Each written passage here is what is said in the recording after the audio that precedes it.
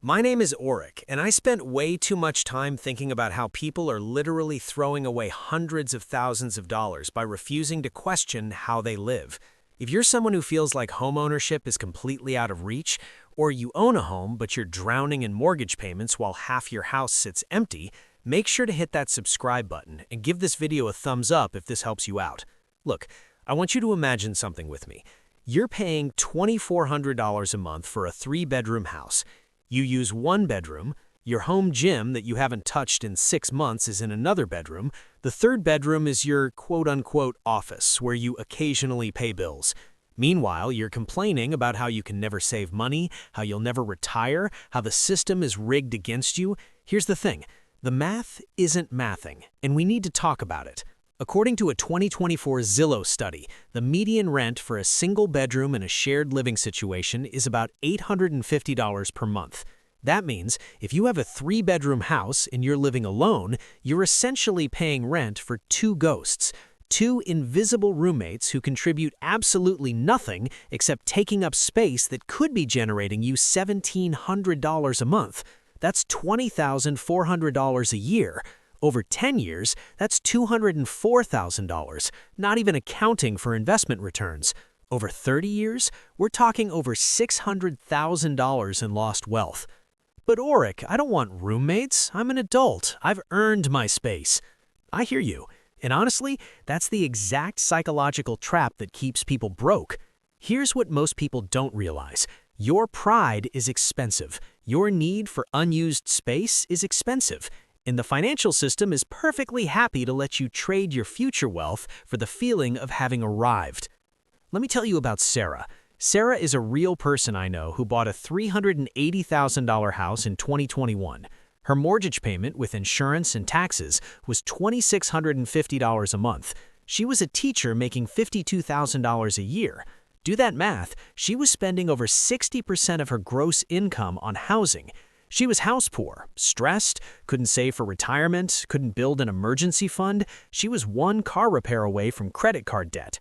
Then she did something that everyone told her was crazy. She rented out her 2 spare bedrooms for $700 each. Suddenly, her $2,650 mortgage was effectively $1,250. She went from spending 60% of her income on housing to less than 30%. In just 2 years, she saved $33,600 that she otherwise wouldn't have had. She maxed out her Roth IRA both years, built a 6-month emergency fund, and actually started enjoying her life again. Now, you might be thinking, but I'd have to share my kitchen, share my living room, deal with other people's mess. Yes, that's exactly right. The question is, what's that worth to you? Because here's the brutal truth. If you're not willing to be temporarily uncomfortable, you're choosing to be permanently broke. And I don't say that to be mean. I say that because I genuinely want you to win financially, and winning requires making different choices than the ones that got you here. Let's talk about the 3 main strategies for house hacking on a tight budget: roommates, ADUs, and creative living arrangements. And we're going to break down the actual numbers, because I'm tired of personal finance advice that just tells you to work harder without showing you the math. Strategy number 1, the traditional roommate model. This is the easiest and cheapest to implement because it requires 0 renovation costs. You literally just need to rent out the bedrooms you're not using. According to Spare Room's 2024 data, the average room rental in a medium cost of living city ranges from $600 to $900 a month, utilities included. In higher cost areas like parts of California or the Northeast, that jumps to $1,000 to $1,500. Let's run a conservative example. You buy a $300,000 house with a 6.5% mortgage rate and put down 5%, which is $15,000. Your monthly mortgage payment is about $1,800. Add another $300 for property tax and insurance, you're at $2,100 total. You rent out 2 bedrooms at $650 each. Your effective housing cost is now $800 a month. That's cheaper than renting a studio apartment in most cities. Here's where it gets really interesting. That $1,300 per month you're collecting from roommates, that's not just reducing your expenses, it's building your equity. Every month, a portion of that $1,800 mortgage payment is going toward your principal balance. Your roommates are literally buying you a house. After 5 years, you'll have roughly $35,000 in equity from principal paydown alone, not counting any appreciation. Your roommates paid about $78,000 of your mortgage over those 5 years. But the psychological shift required here is massive.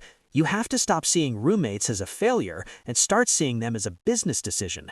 In America, we've been sold this idea that success means living alone in a big house with rooms you don't use. That's not success, that's ego subsidized by debt. Real success is building wealth while your peers are building Instagram-worthy living rooms they can't afford. Now, I know what some of you are thinking. What about privacy? What about having people in my space? Look, I'm not going to lie to you and say having roommates is always sunshine and rainbows. You need to vet people carefully. You need a proper roommate agreement. You need house rules. But here's the thing. The inconvenience of sharing a kitchen is temporary. The wealth you build is permanent.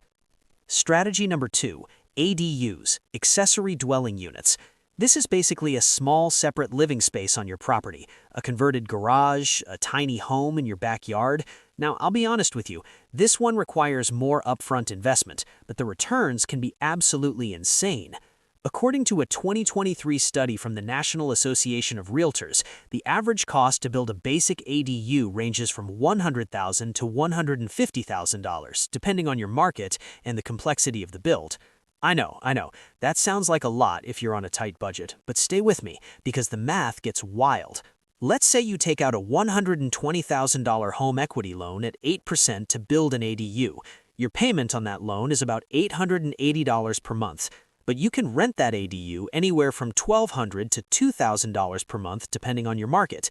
Even at the conservative end, you're cash flowing $320 per month while someone else pays off your improvement loan. Plus, you just added significant value to your property. An ADU can increase your home value by $150,000 to $250,000 in many markets. Here's what most people don't realize. You don't need perfect credit or a huge down payment to make this work. There are ADU-specific loan programs. Some cities offer incentive programs and grants for building ADUs to address housing shortages. California, for example, has multiple programs that can help finance ADU construction. You just have to do the research and be willing to navigate some bureaucracy. The beauty of an ADU versus roommates is privacy. You get your entire main house to yourself. Your tenant has their own separate entrance, their own kitchen, their own bathroom. You're a landlord, not a roommate. For a lot of people, this is the sweet spot between house hacking and maintaining the lifestyle they want. But let me tell you where people mess this up. They overbuild. They want the ADU to be as nice as their main house. They want high-end finishes and fancy fixtures. Don't do that. Build functional and clean, not luxury. Your goal is ROI, return on investment, not impressing your friends.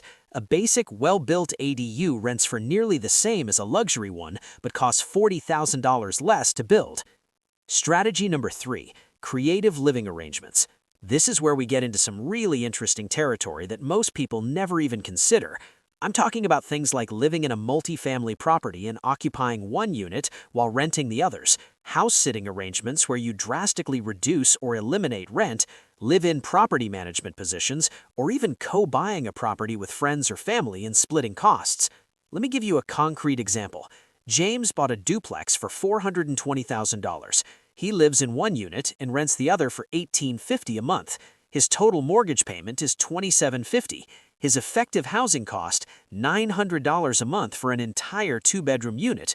But it gets better. Because he lives in the property, he qualified for an owner-occupied loan, which meant better interest rates and only 5% down instead of the 20 to 25% down required for investment properties. Over 10 years, his tenant will have paid him $222,000 in rent. That's $222,000 that went toward his mortgage, meaning he effectively got a house for drastically less than market value. Meanwhile, his friend who bought a single-family home for the same price paid every penny of his mortgage himself. Here's the psychological shift you need to make with creative living arrangements. You have to stop thinking about housing as just a place to live and start thinking about it as an asset that should work for you. The wealthy don't just consume real estate, they use real estate to generate income. You can do the same thing on a smaller scale. Now let's address the elephant in the room. A lot of you are thinking, this all sounds great, Auric, but I don't want to deal with tenants, I don't want to be a landlord, I don't want the hassle. And look, that's a legitimate concern. Being a landlord isn't for everyone. But here's what I want you to understand. You're already dealing with hassle. The hassle of being broke, the hassle of living paycheck to paycheck, the hassle of wondering if you'll ever retire. You're just trading one type of hassle for another.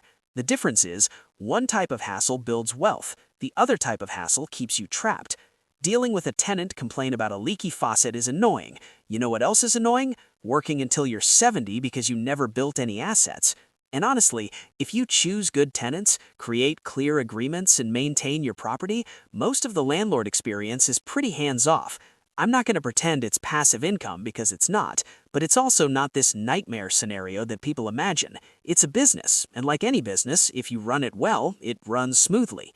Let me give you the action steps. If you're renting right now and thinking about buying, look for properties with extra bedrooms or ADU potential. Run the numbers on what you could charge for those rooms before you buy. Make sure